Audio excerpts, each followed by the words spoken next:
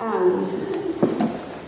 I'll read a poem from Undercastle, and this one I want to dedicate to Allie Warren and Jackie Wang, even though this poem wasn't written for them. I just want to read a poem for you.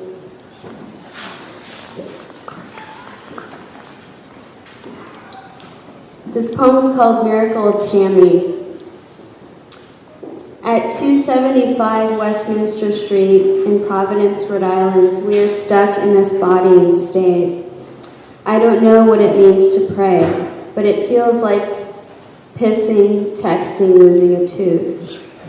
In a snowy March calendar, shirtless bros hang above a filing cabinet. I stare at the beach when nobody calls. I bro out on a beach when the telephones don't ring. A voice says to transfer the call to another voicemail. A row of boxes with mouths and teeth chattering in each. I talk into a darkness not virtual. The phone rings. Someone missing a leg gets transferred. The voice with the missing leg has a name. The missing leg with a name is Tammy. Tammy gets connected to Brian. No one wants to talk to Tammy because she gives everyone a hard time. I think Tammy is a miracle. Miracles are hard. They're hard for everyone.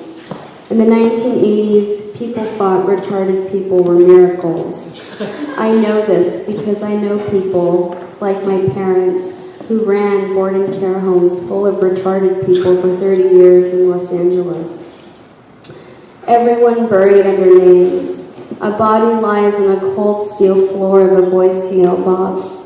My childhood nightmare was being locked in a steel room with the walls slowly caving in to crush me in the center. Tammy stammers and stutters through the line. Lawyers exit to lunch. They say not to talk to Tammy, but I want to. I get $10 an hour to listen. I can smell Tammy through the dark holes, a rotten tooth, a family that left her to rot. I know what Tammy's problems are. A missing leg, a missing speech therapist, an ability to cram so many words into one sentence that no one can fucking understand. I float back into the crystalline horror of bro beach sun. I get high off the cruelty of being here in this office. I wonder about the legibility of air. I press save now too many times an hour. Praise the moment, for it is saved. I wonder if what exists inside the save button beyond heaven and hell is made of air. In this saved moment, we keep dying in the memory of machines. We get closer to missing a leg and losing a tooth. We become more and more like Tammy.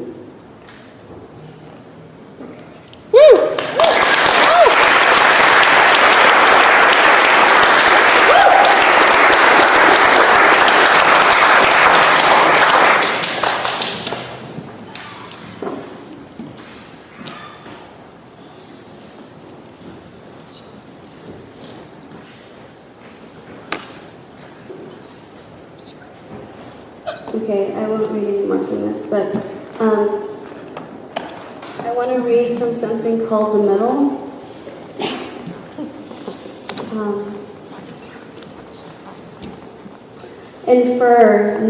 Inferno, gather the facts before inferring that we are living in an inferno, a war on many things. They want to kill you for any reason, make money off you, lick you bone white and dry. They would rather see you poor, imprisoned, uneducated, sick, hungry. They want to keep you alive.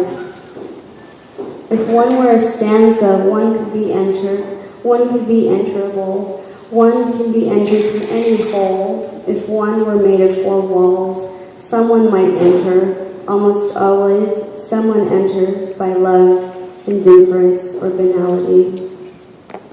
Practically all things are related in one form or another.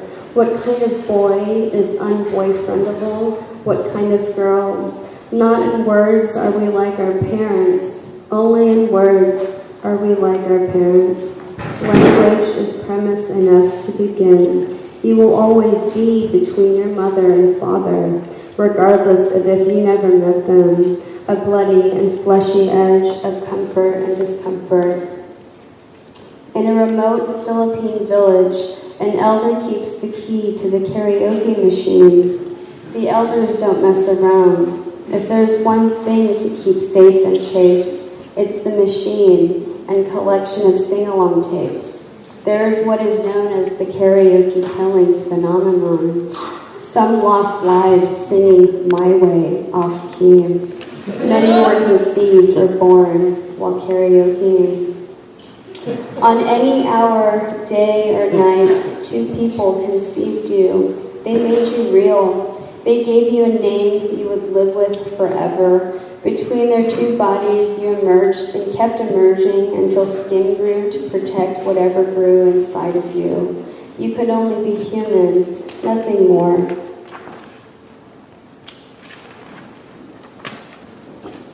We cut trees to draw calendars and mark dates, highlighting events with yellow sunspots, underlining things not to forget, and doubling the day of not yet.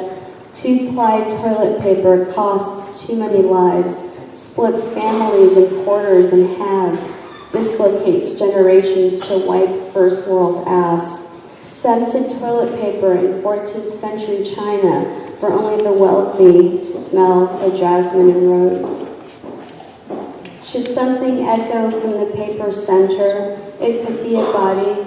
Should there be paper, a body could chase after a beginning, occasionally stopping for communion with others, arrogantly locating points. They believe in God. Those given lollipops compete, however many licks to the center.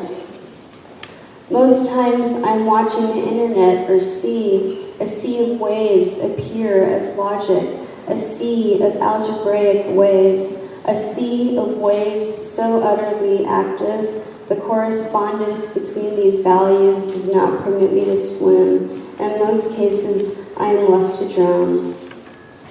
I remain quiet about a convexity of tragedies made real by an overwhelming light. In 1815, someone observed beautiful forms by way of light polarization through a cylinder. Tragedy is the death of forms by someone's hand. Homicidal geometrics is redundant. Everything comes to a close. Too often, I have witnessed the alienation of GIFs, the eternal cute thing turning so much to the point of spiritual, that there might be a God in repetition more so than representation, that God lives in bread to harvest, share, or sell, that the GIF is a perfect animation of obedience and fear. A chosen medium is a form of communion, a participatory act on the greater public lawn. The body and blood of Christ operates as a form of technology, I guess. Transubstantiation as a virtual technology linking the past with the present. Binary code replaced blind faith, leaving visible scratches and unnatural light. One could witness anything in Russia without having to be there. We have time bars to fast forward, dragging the moving image across the plane of impatience. Best not to confuse nothingness with nihilism, the very productive engineer calculating steel into high-rise buildings out of thin air. The future is wooden high-rises. The future is fireproof. The future cuts emissions and produces carbon. The future is ancient tree growth and people hugging walls. The future has no cement to ram a face into. The future is many dead trees storing evil data. Like a languid deity, visual culture is responsible for destroying trees and freezing time.